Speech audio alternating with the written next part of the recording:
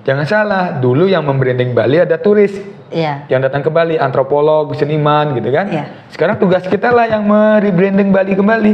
Akibat dari terdesak secara ekonomi, maka masyarakat Bali menjadi temperamen secara tidak sadar.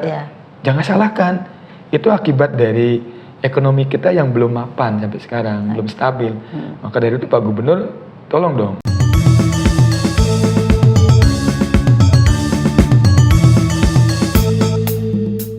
Halo Semeton Gema Bali, tentunya kembali lagi bersama saya Devi yang akan berbicara soal Bali. Nah, gemerlapnya dunia pariwisata di Bali tentunya ini sudah hal yang tidak asing lagi kita bicarakan. Nah, seperti yang Semeton tahu bahwasanya akhir-akhir ini ada tingkah laku beberapa oknum turis yang meresahkan baik itu masyarakat ataupun wisatawan. Nah, aksi-aksi yang dilakukan ini ada yang mengganggu proses ritual, kemudian ada juga yang bahkan sampai melakukan hal-hal yang tidak wajar di tempat-tempat sakral. Nah, ini tentunya menjadi masalah, entah ini masalah baru atau masalah lama, cuma baru-baru ini hangat lagi diperbincangkan. Nah, hal yang paling disoroti akhir-akhir ini adalah turis ugal-ugalan di jalan. Nah, isunya ini akan dibuatkan peraturan daerah, yang mana peraturan daerah ini tentunya masih ada pro kontra di tengah masyarakat, yaitu terkait aturan turis berlalu lintas. Nah, biasanya turis di Bali ini itu diberikan diperbolehkan untuk berkendara sendiri. Namun di Perda ini nantinya akan diatur bahwa wisatawan yang datang ke Bali harus menggunakan travel, jadi tidak berkendara sendiri. Nah, dari banyak kasus dan pola turis di Bali ini, tentunya ini sangat menarik dibahas. Nah, dengan siapa saya membahas? Tentunya dengan tokoh muda Hindu lagi, tokoh muda Bali yang juga seorang akademisi, tapi selain sebagai tokoh muda dan akademisi, beliau juga tokoh yang bergerak di seputar dunia branding. Siapa dia? Kita sapa langsung Dr. Gede Swardana. Swastiastu, Bli. Swastiastu, Devi. Ya, ketemu lagi. Kita ketemu terus masih dengan suasana yang ceria, cuaca yang cerah. Bli ini kan kalau saya ketemu Bli itu aura positif itu langsung muncul gitu loh, Bli. Ini memang karena udang yang dipakai atau gimana ya, Bli ya? Bli setiap kita ketemu Bli selalu mengenakan udang. Apakah ini akan menjadi ciri khas Bli? Karena Bli yang saya tahu ini kan sebagai orang yang bergerak di bidang branding produk ataupun jasa gitu. Iya, karena begini, anak-anak muda tuh mesti paham ya. Mulai dari dinilah kita membangun personal branding. Membangun personal branding bisa mulai dari identitas kita, cara berpakaian kita, gitu kan, supaya mudah dikenali. Dan itu identik terus, jadi orang mudah ingat, mudah paham. Oh, ini Devi. Oh, yang memandu Gema podcast Bali. Oh, ini Bli Gede Swardana yang suka pakai udang. Mungkin yang Devi bilang, mungkin tadi itu persepsi dari Devi terhadap Bli, gitu kan. Nah, persepsi itu yang dimaksud dengan branding, Pi. Nah, jadi branding itu bukan merek, branding itu bukan logo, branding itu bukan packaging. Branding itu adalah persepsi. Persepsi siapa? Persepsi orang lain terhadap diri kita. Persepsi orang lain terhadap produk kita, persepsi orang lain terhadap jasa kita. Nah, Bli mencoba menerapkan ilmu branding yang Bli pelajari, yaitu membangun personal branding. Luar biasa. Sehingga persepsinya kan Devi tadi senyum, ramah, auranya positif. Nah, karena apa? Karena itulah stimulus yang Bli berikan setiap ketemu anak-anak muda, setiap ketemu masyarakat. Rupanya seperti itu. Nah, kalau kita cemberut, kita marah, gitu kan persepsinya beda. Jadi branding kita adalah orang yang judes, itu misalnya orang yang jutek, orang yang arogan, kan gitu. Nah, itu penting buat anak muda nih. Devi juga personal brandingnya dibangun dari podcast ini. Semoga Gema Bali ini melekat dengan saya ya. Jadi kalau dengar Gema Bali, dengar kata Devi gitu. Yang diingat pasti Devi gitu. Dengar Devi, dengar Gema Bali. Gitu. Itulah brandingnya Devi. Siap. Bli, tadi kan saya sempat berbicara soal bagaimana pariwisata di Bali ya, Bli ya.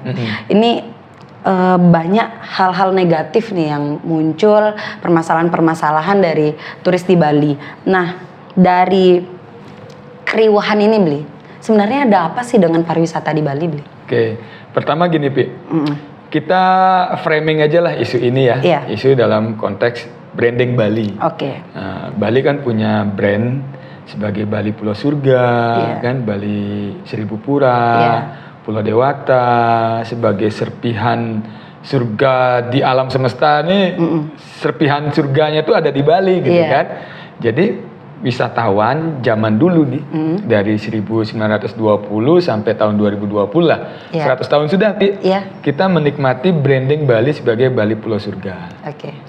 Kalau surga itu apa sih? Pasti kan indah alamnya gitu kan, damai tempatnya, ramah masyarakatnya, alamnya bagus gitu kan.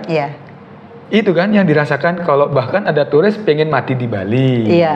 Ada turis pengen nikah di Bali. Dulu ingat kasus Mick Jagger itu.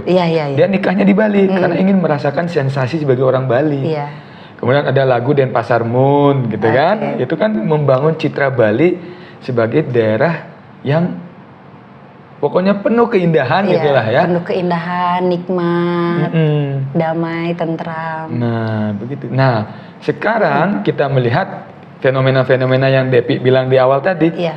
Kalau menurut Beli sebagai praktisi branding dan juga bagian dari masyarakat Bali, persoalan-persoalan yang terjadi akhir-akhir ini di media sosial yang dilakukan oleh turis, berinteraksi atau berselisih paham dengan warga kita, sehingga memancing reaksi dari pemerintah untuk melakukan larangan-larangan segala macam.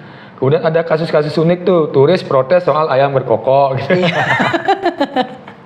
Kan unik tuh ya. Iya, mungkin karena di luar situ dia nggak ngerasain bagaimana suara-suara alam. Itu kan yang berkokok termasuk suara alam itu dari binatang. Mungkin mereka merasa terganggu. Kemudian ada turis yang kasus di Besakih, di Gunung Agung, mohon maaf Kemudian ada di pohon-pohon sakral. Kemudian terakhir ada turis itu yang bertengkar sama pecalang. Iya betul, saat acara melasti kalau nggak salah ya Beli ya. Wah bulenya marah-marah, dia dicekek, kemudian dijambak sama pecalang. Nah itu menurut saya, menurut Beli sebagai orang Bali, itu adalah puncak gunung es dari persoalan pariwisata. Jadi begitu industri pariwisata masuk, maka mau tidak mau sebuah keniscayaan akan terjadi perubahan kultur. Kulturnya apa? Dari sisi pekerjaan, budaya, ekonomi, segala macam berubah kan. Dulu petani, sekarang jadi pekerja di sektor pariwisata gitu kan. Dulu punya lahan sawah banyak, sekarang udah dijual jadi hotel gitu kan. Kemudian dulu hidupnya di desa aja, sekarang udah di perkotaan, urbanisasi tinggi gitu kan. Nah syukurnya masyarakat Bali itu mampu merawat budayanya dengan bagus. Adat dan budayanya itu dirawat dengan sangat-sangat bagus oleh masyarakat Bali. Cuma ya dampak-dampak pariwisata ini tidak hanya ada di Bali. Beli kemarin diskusi, waktu ada diskusi kecil dengan Pak Mangku Pastike, kemudian ada dubes dari Swiss gitu kan, ada ahli hukum juga. Ternyata persoalan pariwisata akan menimbulkan dampak masyarakat, terjadi perubahan ekonomi, perubahan karakter itu di semua tempat objek wisata di dunia manapun. Begitu pariwisata masuk, maka akan terjadi perubahan keseimbangan pola hidup masyarakat. Nah, kalau dikelola dengan bagus akan menjadi baik. Kalau kita ngelolanya nggak bagus bisa akan berdampak buruk. Semua begitu, tidak hanya di Bali. Tapi kan di Bali ini digencarkan terus Beli soal pariwisata yang berkualitas. Nah ini sebenarnya seperti apa sih keinginannya, dan ya kita lihatlah realisasi di lapangan, apakah sebenarnya sudah dijalankan atau bagaimana sih Beli? Niat itu sudah ada. Mungkin dulu ada perda namanya pariwisata budaya, budaya pariwisata. Itu kan niatan dari pemerintah kita untuk membangun pariwisata yang berkualitas gitu ya di Bali, menjaga budayanya tetap ada, industri pariwisatanya memberikan dampak ekonomi, kesejahteraan buat masyarakat Bali. Tapi kan faktanya dalam perjalanan tidak seperti itu. Efek-efeknya kan banyak. Nah, di saat inilah mulai terkuak di media sosial. Karena apa? Sekarang lah era digital. Dulu kasusnya sama tapi tidak tersiar. Bisa saja kan?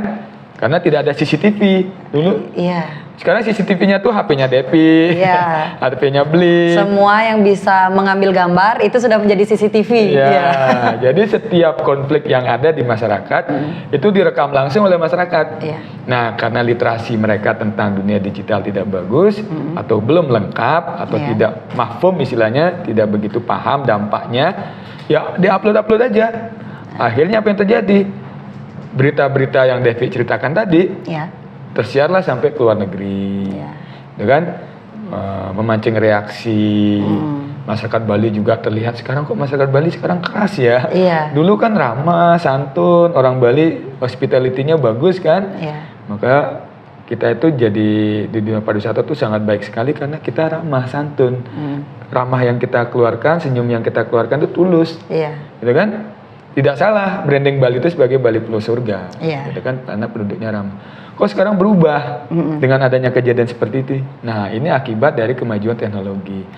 Akibat juga kita masyarakat Bali tidak paham dampak-dampak yang timbul akibat kita mengupload, menyiarkan proses-proses peristiwa-peristiwa pertengkaran lah atau perselisihan turis dengan warga lokal gitu kan. Yang kemarin tuh di kafe gitu kan sampai tersiar di media sosial.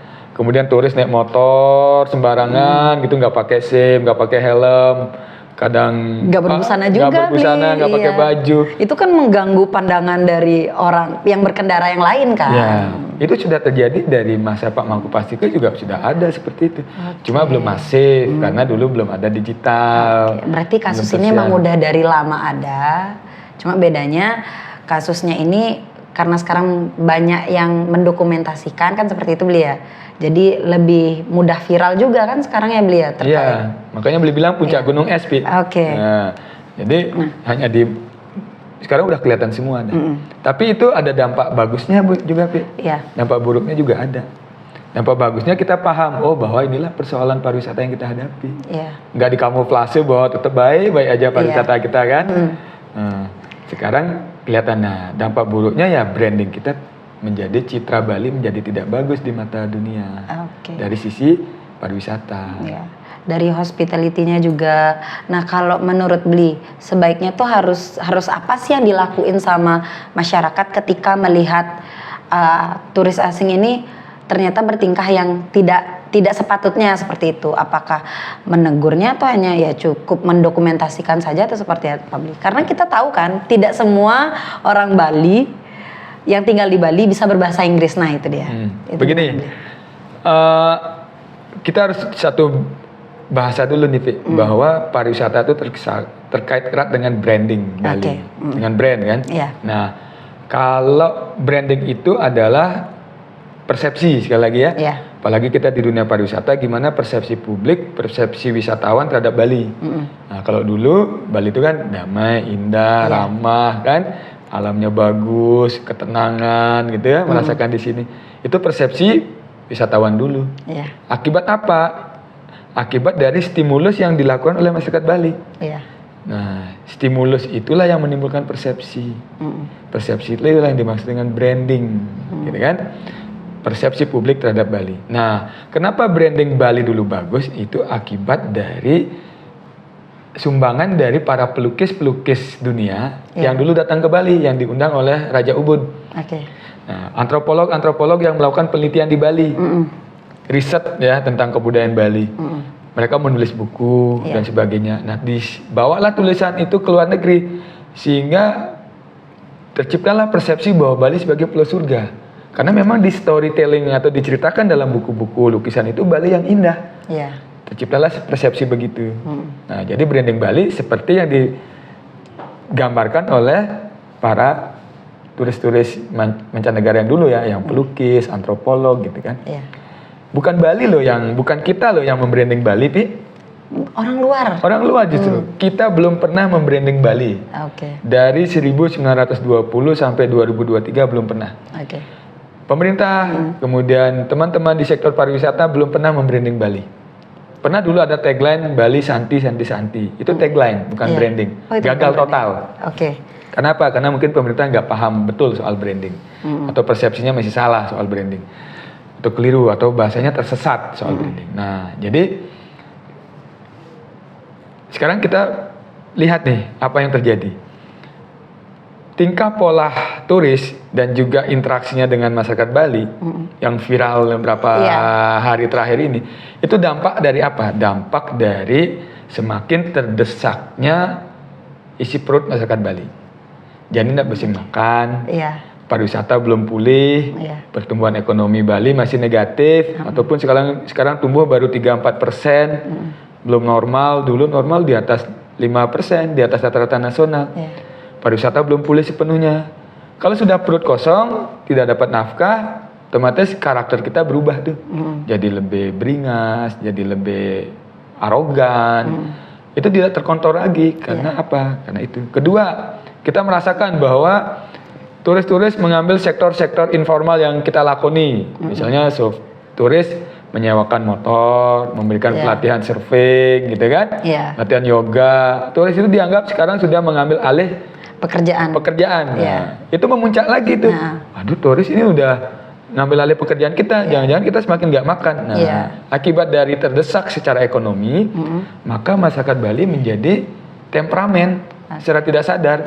Jangan salahkan. Itu akibat dari ekonomi kita yang belum mapan sampai sekarang, belum stabil. Maka dari itu Pak Gubernur, tolong dong ditingkatkan pertumbuhan ekonomi kita. Karena itu berdampak pada karakter masyarakat Bali.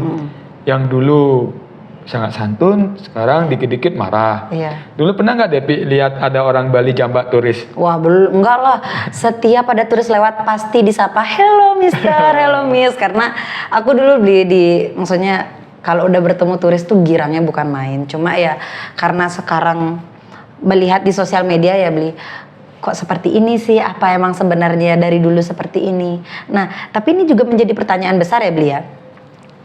Dari munculnya permasalahan ini, apakah ini nantinya yang akan menjadi branding pariwisata di Bali di kemudian hari, atau ini akibat dari branding Bali itu sendiri? Nah, artinya begini, betul Devi bilang bahwa ingat ya, branding itu ada masa kadaluarsanya. Bagaimana branding disebut ada masa kadaluarsa? Misalnya produk nih, kita punya jasa, warung, kafe misalnya. Kalau produk-produk kita atau layanan kita sudah tidak relevan lagi dengan konsumen, maka hati-hati, branding kita sudah masuk kadaluarsa. Perilaku konsumen sekarang apa? Perilaku digital. Nah, brand-brand besar tuh bangkrut semua. Ada Matahari, ada Giant, ada Transmart, kemudian retail besar kan sudah mulai berguguran. Akibat apa? Karena perilaku konsumen sudah tidak lagi offline.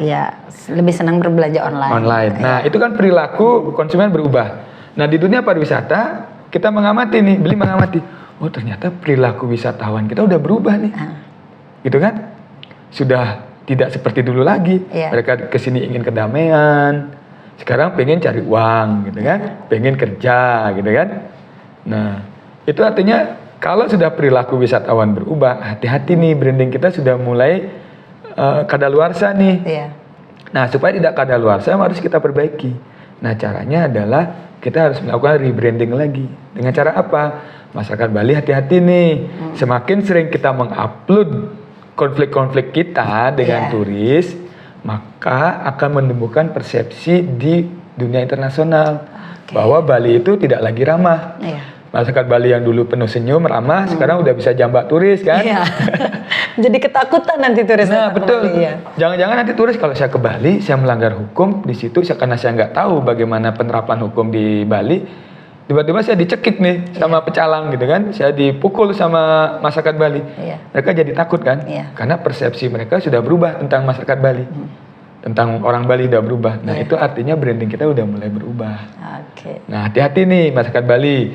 Kalau menemukan persoalan-persoalan ada konflik masyarakat dengan dengan turis, jangan diupload, ya.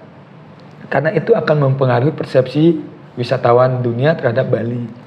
Nah, kemudian lingkungan kita. Tapi kalau untuk mendokumentasikan nggak masalah kan sebagai barang bukti gitu? Nggak masalah. Kalau ada persoalan begitu, misalnya nih ada turis melanggar lalu lintas, jangan kita yang bergerak.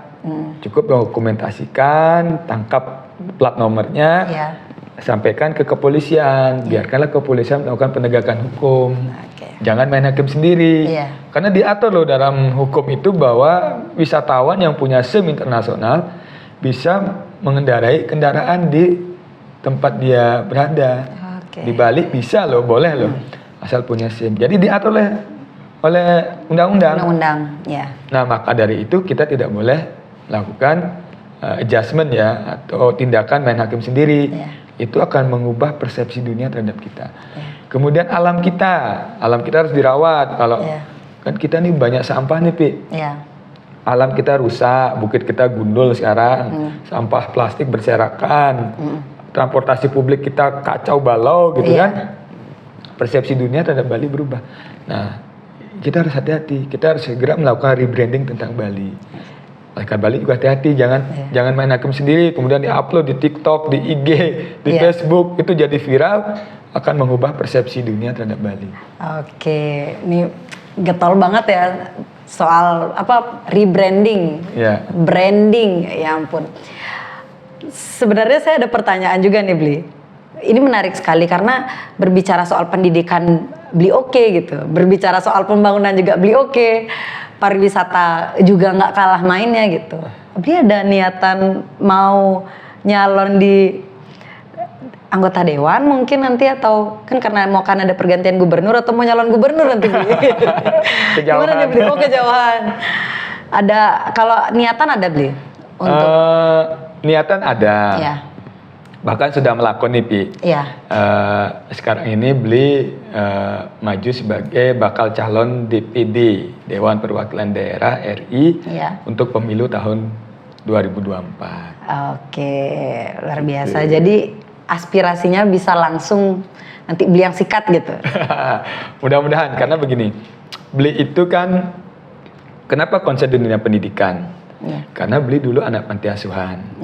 Ya, jadi berkat pendidikan lah Bli bisa menjadi ketua KPU, bisa mendapatkan gelar doktor, bisa hidupnya lebih sejahtera karena pendidikan. Maka konsen banget di dunia pendidikan. Kemudian kenapa Bli paham pariwisata dan branding? Karena disertasi Bli juga tentang pariwisata pertunjukan. Gitu kan, jadi paham. Kenapa paham ngomong soal undang-undang, politik, hukum? Ya, karena pernah jadi jurnalis. Terus kenapa paham soal undang-undang pemilu? Ya, karena pernah jadi ketua KPU. Nah, jadi karena sudah merasa punya bekal, gitu ya, kemampuan intelektual dan sebagainya, justru punya nyali juga, gitu kan? Gak salahnya nih, kita mau coba tarung di DPD gitu kan. Siap, wah keren banget lah pokoknya Bli. Pokoknya sukses terus ya Bli ya. Ini sebagai penutup atau akhir dari pembicaraan kita hari ini tentang pariwisata di Bali. Kira-kira Bli, untuk pariwisata di Bali, adakah peluang Bli untuk menuju pariwisata yang sehat, kemudian yang berkualitas seperti harapan dan bisa sustainable? Kan takutnya ada Bali-Bali berikutnya gitu. Gimana Bli? Ya, pariwisata Bali itu tidak hanya berbicara soal pariwisata yang berkualitas. Karena kalau kita bicara pariwisata yang berkualitas, tentu kita menegasikan teman-teman yang bekerja di sektor informal dalam industri pariwisata, yang menyewakan sepeda motor, yang menyewakan mobil, yang jadi penjual di pantai, gitu kan, industri kecil, UMKM. Jangan menegasikan mereka. Maka kalau menurut pandangan Bli, pariwisata Bali yang berkualitas itu adalah satu, branding Bali itu kembali pulih lagi seperti semula, sebagai Bali Pulau Surga, Bali Pulau Dewata. Nah, untuk mewujudkan Bali Pulau Surga, Bali Pulau Dewata, kita harus satu gerak langkah nih seluruh masyarakat Bali. Pemerintah, industri pariwisata, masyarakat, satu langkah dalam mewujudkan branding Bali sebagai Bali Pulau Surga. Kalau Bali Pulau Surga berarti kan harus indah. Alamnya harus indah dong. Kan bukitnya harus bagus, lingkungannya harus bersih gitu kan. Masyarakatnya harus sopan, santun, ramah lagi seperti dulu, transportasi publiknya bagus, gitu kan. Nah, untuk mencapai itu maka pemerintah harus membuat grand design yang bagus untuk mewujudkan pariwisata Bali yang berkualitas. Bagaimana mempromosikan budaya kita, bagaimana menumbuhkan karakter masyarakat Bali yang cinta alam, tidak buang sampah sembarangan, gitu kan, lingkungannya bersih. Bagaimana membangun karakter masyarakat Bali yang betul-betul merawat budayanya, terus menerus, begitu kan. Kemudian, nah itulah yang kita publish di media sosial setiap hari. Aktivitas-aktivitas ritual, aktivitas kita menjaga alam, kultur kita dalam bertransportasi bagus, sehingga citra Bali pelan-pelan pulih lagi. Jangan salah, dulu yang membranding Bali ada turis yang datang ke Bali, antropolog, seniman, gitu kan. Sekarang tugas kita lah yang merebranding Bali kembali. Yang porak-poranda nih akibat stimulus atau perilaku yang kita berikan kepada turis dan kita tunjukkan kepada dunia internasional, kita harus perbaiki. Nah, kalau ada turis melanggar hukum, lakukan penegakan hukum. Kalau pemerintah membuat kebijakan dalam kasus-kasus turis itu, jangan emotor sembarangan, jangan gebiah-uyah, gitu kan. Lakukan penegakan hukum, kemudian bikin regulasi-regulasi yang baik. Jangan rentalnya ditutup, jangan sampai turis nggak boleh sewa motor, gitu kan. Mematikan nih sektor-sektor kecil. Iya, betul banget. Nah, gerak langkah itulah yang kita lakukan. Maka dari itu, untuk rebranding Bali lagi, kalau itu perlu ya, kalau itu perlu dilakukan, maka mulai dari pemerintah membuat grand design tentang Bali, kemudian masyarakat mensupportnya, kemudian selanjutnya setiap hari mengunggah, memposting, mempublikasikan aktivitas ritual kita, senyum kita, aktivitas petani kita, setiap hari. Kita kembali sopan lagi dengan turis. Kalau ada turis melanggar, serahkan pada penegak hukum, sehingga penegakan hukum di Bali itu bagus dan turis merasa nyaman. Oh, kalau saya datang ke Bali, saya melanggar, ya hukum yang berjalan, bukan masyarakat Bali yang ngelentangin sirah raga kan. Biar tidak seperti sekarang. Gak main hakim sendiri ya. Gak main hakim sendiri. Kemudian juga tokoh-tokoh masyarakat yang lain, kalau ada turis-turis yang melanggar, jangan melakukan tindakan sendiri. Ya seolah-olah jadi polisi masyarakat gitu ya. Serahkan aja pada hukum, bawa mereka ke penegak hukumlah yang melakukan. Sehingga Bali citranya akan pelan-pelan akan pulih kembali. Nah, masyarakatlah sekarang yang punya tanggung jawab, Devi, Beli, masyarakat di sektor pariwisata, masyarakat di sektor-sektor yang lain, untuk menstimulus hal-hal yang baru, hal-hal yang baik ke dunia internasional. Sehingga citra Bali di dunia pun akan pulih seperti sedia kala. Karena brand Bali itu bagus.